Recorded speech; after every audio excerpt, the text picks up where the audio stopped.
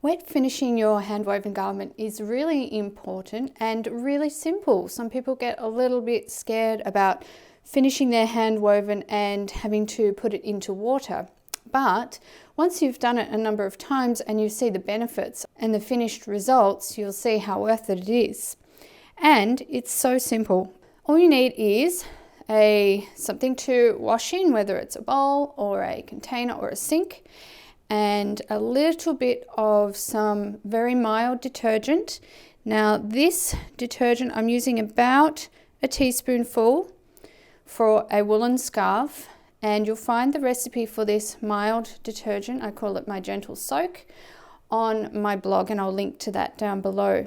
To that I'm going to add some nice hot water, around 40 degrees Celsius, which is around 112 Fahrenheit, I believe, but don't quote me on it. Okay, so you need to put in as much water as you think you're going to need to cover the garment. So I'm going to need a little more than that because I'm doing a wool scarf and wool really soaks up the water.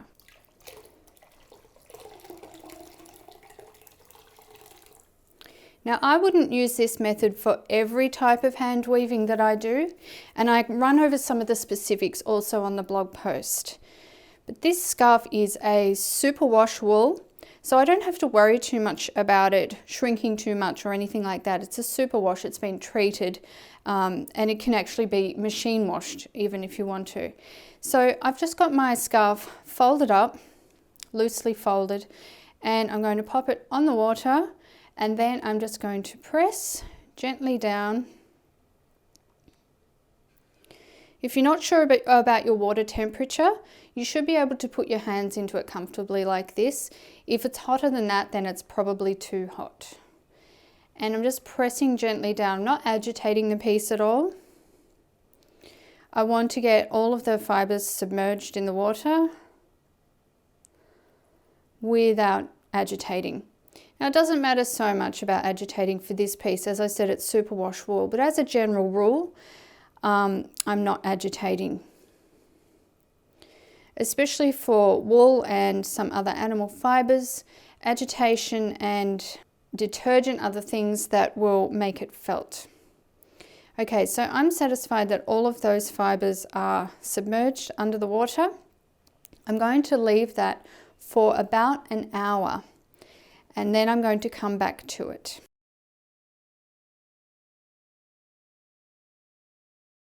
When your hour is up, you can come back and you need to take this to a sink or to tip this water out and tip some fresh water in.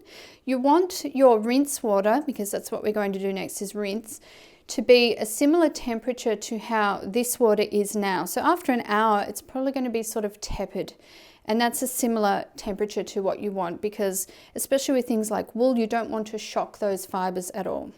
So I'm going to take this to the sink and rinse it gently, and then I'll bring it back for the next step. All right, I've finished my gentle rinse, and what I have now is a quite soggy and waterlogged scarf.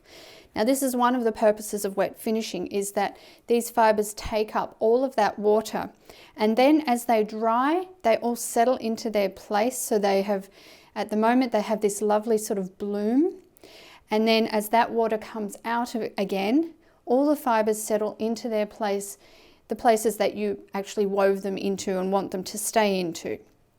And then you have a finished fabric. So now we need to take our clean towel, and you can leave that folded over at least once, double on itself.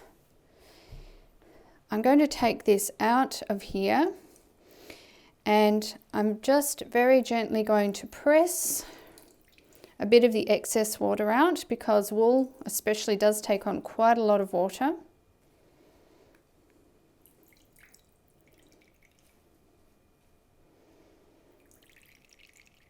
But I'm not actually squeezing the garment, I'm just pressing, and I'm definitely not wringing. That is a big no-no. Okay. Now I can try and get it back into somewhat like the folded shape that it was before. Okay, and then I can start rolling it in the towel.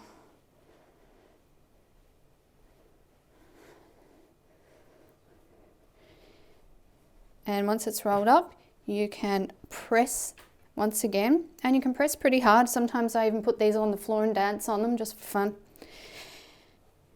But you'll see that your towel gets quite wet.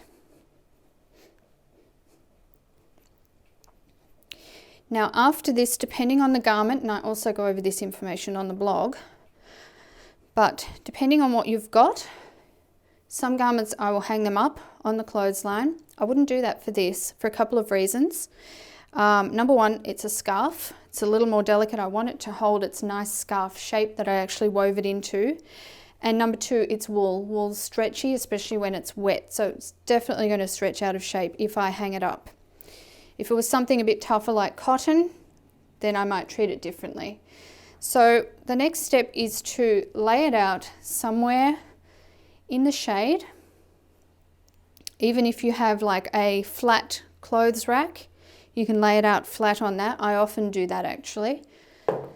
But if you don't, you can lay it out on, I've only got one towel here, but if you want to lay it out the full length, then I could grab 2 towels for the length of the scarf and lay it out gently in the shape that I want it to end up being in.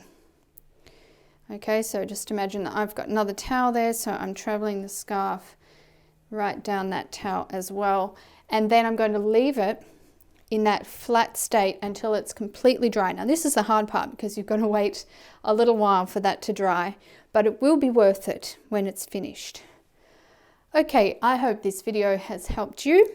If it has, please consider subscribing, like my video, share my video. It all helps. It's all wonderful. Thank you very much for watching.